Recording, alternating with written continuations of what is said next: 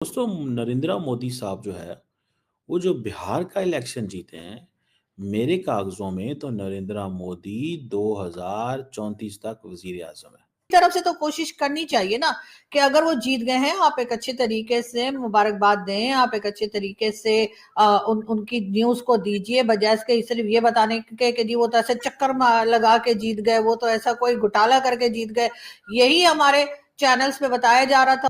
The leadership जो है India के अंदर, वो ये सोच रही है कि पाकिस्तान जैसे मुल्क हैं या जो बांग्लादेश है, इनके साथ एक टाइट लाइन रखो।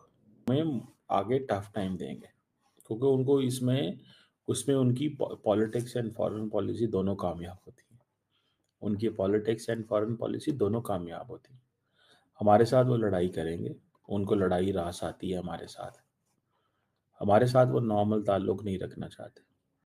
नमस्कार, जय हिंद। आज की लेटेस्ट खबर के बारे में हम बात करते हैं। जैसा कि आप जानते हो कि कैसे कमर चीमा जो है उसका मुंह उतरा हुआ दिखाई दे रहा है। इंट्रो में तो आप सभी ने देख ही लिया होगा कैसे पाकिस्तानी चैनल्स के अंदर, पाकिस्तानी मीडिया और जर्नलिस्ट के अंदर कैसे एकदम मुंह लटका हुआ चेहरा दिखाई दे रहा है, क्योंकि वजह सिर्फ यही है, बिहार इलेक्शन में नरेंद्र मोदी जी जीत गए। और इतना ही नहीं, कमर चीमा का ये भी कहना है 2034 तक नरेंद्र मोदी जी जो है प्रधानमंत्री बने रहेंगे एज उनके अकॉर्डिंग। वहीं आरजू जी का इस चीज पे कहना है, पॉइंट ऑफ व्यू ये कहना है कि जो एक्सेप्टेंस है उसको एक्सेप्ट करो, जो फैक्ट है उसको एक्सेप्ट करो और इसके आगे बढ़ो।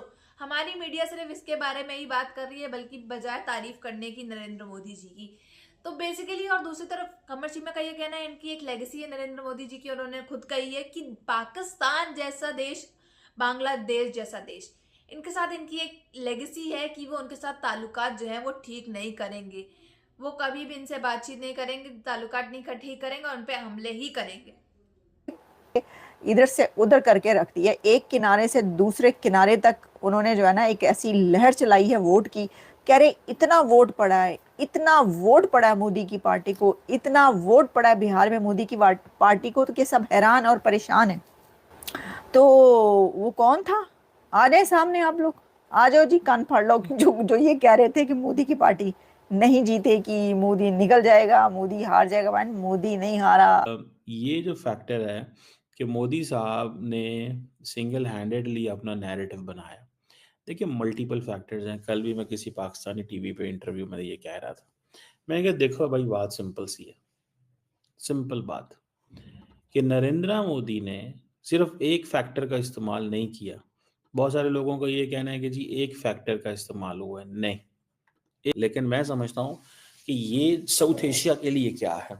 साउथ एशिया के लिए ये है कि बांग्लादेश विल बी, बांग्लादेश के साथ ताल्लुकात कभी भी ठीक नहीं होंगे इंडिया के, जब तक इंडिया ये नहीं समझता कि मेरी मर्जी की वहाँ हुकूमत हो। इंडिया ये तसव्वुर ही नहीं करना चाहता कि बांग्लादेश या पाकिस्तान या ये जो हैं वो ज़रा पाकिस्तान को इक्वेशन से निकाल दें, बांग्लादेश या नेपाल या भूटान, मालदीव, श्रीलंका, ये वो काम करें जो इंडिया की मर्जी के खिलाफ। इंडिया ये तसव्वुर ही नहीं कर सकता। ये एक बड़ी चीज़ है भैया, ये कोई मजाक नहीं है। ठीक है, ये कोई ऐसी चीज़ नहीं है जिसको इग्नोर किया जा सकता। तो फॉरेन पॉलिसी का क्या जो है वो सिस्टम होगा। तो ये जो फॉरेन पॉलिसी है, असल चीज़ तो ये है। ठीक है जी। अब नरेंद्र मोदी साहब अगर मरकज़ चलाते रहेंगे और मरकज़ चलाने के लिए वो सारी स्टेट्स जो जो हैं उनकी सपोर्ट उनको रहेगी, भले वो जो भी करें। उन्होंने बिहार में गवर्नमेंट स्कीम चलाई। और मोदी जी ने बोला कि गंगा जी यूपी से बिहार, बिहार से वेस्ट बंगाल वो जाएगी। तो क्या लगता है आपको कि वेस्ट बंगाल में गंगा जी जाएगी? ममता जी की कुंडली को देख के मैंने कई साल पहले बताया था कि उनका जो अच्छा वक्त है वो अभी खत्म हो गया है, इसलिए 2026 में वो बहुत ही वनरेबल रहेंगी। आपको लगता है कि मोदी जी की जो टीम है, जैसे उन्होंने बिहार के अंदर एसआईआर लॉन्च किया, वहां पर एसआईआर लॉन्च आप कर पाए, वेस्ट बंगाल में तो एसआईआर लॉन्च भी करने नहीं दे रहे वो। हाउ डू यू थिंक कि West Bengal they can win that? The kind of situation there is, and there are crores and crores of illegals coming up. Is there something coming up for the illegals also? जानबूझकर इसलिए चुना है कि TMC को basically कड़ी मुकाबला नहीं दे सके। कुछ कुछ षड्यंत्र था पिछले इलेक्शन में। अभी बीजेपी बीजेपी को रियली जीतने की इच्छा है तो अच्छे कैंडिडेट्स को चुन सकते हैं। अगर आप पिछले इलेक्शंस के रिजल्ट्स को देखेंगे तो कई सीट्स पर बहुत ही बहुत ही करीबी मुकाबला था। पिछले इलेक्शंस में यूपी में किया था, उस तरह अगर कर सकते हैं, तो वो जीत के चांस को बढ़ा सकता है। सो ये चीज़ है कि जो भी नकली वोटर्स हैं, उनके लिए उनके बारे में कुछ करें वोटर लिस्ट में, और दूसरी बात यह है कि अच्छे कैंडिडेट्स को खड़ा करें। जो भी वीक कैंडिडेट है या जो भी लोगों को ऐसा नहीं लगना चाहिए कि ये क्या फ़र्क है? ये टीएमसी का कैंडिडेट है, ये बीजेपी का कैंडिडेट है, क्या फ़र्क है? उसको हराना मुश्किल हो जाएगा, वो ड्रीम हमेशा के लिए खत्म। प्रशांत किशोर जीरो। और बिहार ने सिर्फ वोट नहीं दिया, उन्होंने एक स्टेटमेंट भी दिया है पूरे भारत को कि इलेक्शन अगर जीतने हैं या जितवाने हैं अपनी पार्टी को या अपने देश प्रेमी पार्टी को, तो ऐसे होना चाहिए। मोदी जी बोलते रहे कि मुझे 400 पार चाहिए लोकसभा के इलेक्शन में, ताकि कॉन्स्टिट्यूशन को दोबारा से चेंज किया जाए, जो ओरिजिनल कॉन्स्टिट्यूशन था। आपने नहीं करवाने दिया, लेकिन बिहार ने दिखा दिया कि यही फ्यूचर है।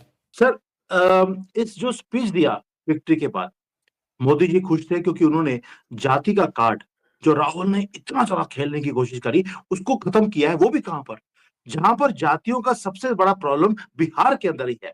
यानी कि उन्होंने बोल दिया कि तुम्हारी पॉलिटिक्स की जो बेस है उसको मैंने तोड़ कर रख दिया। अब मोदी जी ने वहां पर एक इंडिकेशन और भी दिया। उन्होंने बोल दिया ये पैरासाइट है कांग्रेस वाले, नाम नया दे दिया एमएमसी, और सिर्फ ये बोल दिया कि कांग्रेस अब दो पार्ट में डिवाइड होगी। वो बेसिकली मोदी जी को हटाने के लिए इंटरनेशनल पावर्स का हेल्प लेके, उनकी मदद लेके बहुत सारी कोशिशें करेंगे, बहुत सारे तीर चलाएंगे, मगर एक भी तीर निशाने पे नहीं लगेगा। ये उन्होंने कहा है कि वोट चोरी हो गई है, उन्होंने उन्होंने कहा कि ये जात के साथ, नीच जात के साथ बेसिकली अन्याय हुआ है। कई कई तीर लगाए थे, मगर एक भी निशाने पे नहीं लगा। लोगों से अगर बात सुने तो आपको पता लगेगा कि उस वक्त भी पाकिस्तान के टर्म्स अच्छे नहीं थे। इंदिरा गांधी के साथ भी प्रॉब्लम थी यहाँ के लोगों को, राजीव गांधी के साथ भी प्रॉब्लम रही है, कांग्रेस की हुकूमत में भी हमारी नहीं बनी, और इसी तरीके से बीजेपी के टाइम पर भी हमारी नहीं बन रही। तो हमारी तो कभी किसी से नहीं बनी भारत में। हम तो वो कश्मीर कश्मीर करके सबके पीछे पड़े रहे। तो अगर अभी आप फर्ज करें कि अचानक से कोई चमत्कार हो जाता है, जो क्योंकि वो जो है राहुल गांधी जो है वो प्राइम मिनिस्टर बने, वो कोई चमत्कार ही हो सकता है। कांग्रेस पार्टी का पतन होते ही रहेगा, मगर बीजेपी के लिए अच्छा रहेगा अगर राहुल गांधी जी कांग्रेस के लीडर बन के रहेंगे, क्योंकि और उसका स्टार कैंपेनर बन के रहेंगे, क्योंकि जैसे मैंने पहले कहा था, वो कभी प्रधानमंत्री नहीं बनेंगे। और वो एक बात है, और एक बात है ये कि ये जो साल चल रहा है ये उनके लिए बहुत ही खराब साल है। जैसा कि आप सभी जानते हो कि किस तरह से इस समय पाकिस्तान के अंदर भूकंप सा आ गया है, सुनामी सी आ गई है, तहलका सा मच गया है, या फिर आप कह लो अर्थक्वेक आ गया हो। वजह सिर्फ यही है कि पाकिस्तान जो है वो फैक्ट एक्सेप्ट नहीं कर पा रहा है अभी तक। जी हाँ, उनको यही था कि बिहार के इलेक्शन में नरेंद्र मोदी जी ना जीते, लेकिन अब आपने इंट्रो में देखा कैसे कमर चीमा का चेहरा जो है वो उतरा हुआ साफ तौर पे दिखाई दे रहा है। बिल्कुल सैड होकर के, मुंह तरता हुआ हो करके वो जो है वो रिकॉर्डिंग कर रहा है, जो है ये आपको स्पीच दे रहा है, बता रहा है। और उसका ये भी मानना है, उसका ये भी कहना है कि 2034 तक जो है नरेंद्र मोदी जी प्रधानमंत्री बने रहेंगे। अब ये जिस चीज से वो बता रहा है, आप उसका चेहरा उतरा हुआ दिखाई दे सकता है उसमें आपको। और दूसरी तरफ उसने ये भी कह दिया नरेंद्र मोदी जी की एक ही लेगेसी है, सिर्फ एक ही लेगेसी है कि पाकिस्तान जैसा देश, बांग्लादेश जैसा देश, इन सब के साथ जो है इनकी, भारत की और नरेंद्र मोदी जी की एक ही लेगेसी है कि इनके साथ ये ताल्लुकात कभी भी सही नहीं करेंगे। अब नरेंद्र मोदी जी पाकिस्तान के साथ ताल्लुकात सही करना नहीं चाहते हैं, सिर्फ लड़ाई करना चाहते हैं, और ये वो इनके अलग अलग बयान जो ये दे रहे हैं। वहीं आरजू जी का ये सेम कहना है कि हमारे पाकिस्तानी मीडिया चैनल्स के अंदर नरेंद्र मोदी जी की तारीफ करने के बजाय, ये फैक्ट एक्सेप्ट करने के बजाय उनके लिए ये कहा जा रहा है कि ये वो 2034 तक जो है ये रहेंगे, ये वो। तो बेसिकली इसमें साफ तौर पे देखिए, पाकिस्तान का कुछ जर्नलिस्ट हैं जैसे कमर चीमा हो गया और कई ऐसे हो गए जो है नरेंद्र मोदी जी से जलते हैं, भारत से जलते हैं। वहीं अगर आप एज अकॉर्डिंग टू मी, बाकी आप लोग की क्या राय है, सबकी अलग अलग राय होती है, बट कमर चीमा जो है उस चीज से बिल्कुल ना खुश है। उसका चेहरा जो है साफ उतरा हुआ दिखाई दे रहा है। वहीं आरजू जी जो है उनका कहना अलग है, आलिया जी का अलग कहना है। तो कई ऐसे पाकिस्तानी जर्नलिस्ट हैं जो खुश भी हैं, जो ना खुश भी हैं, या फिर फेक स्माइल लगा करके बैठे हुए हैं चैनल्स में, क्योंकि रीच तो आएगी नहीं। इंडिया के लोग ही बेसिकली इनके चैनल्स देखते हैं। आपकी क्या राय है, कमेंट बॉक्स में जरूर बताइए।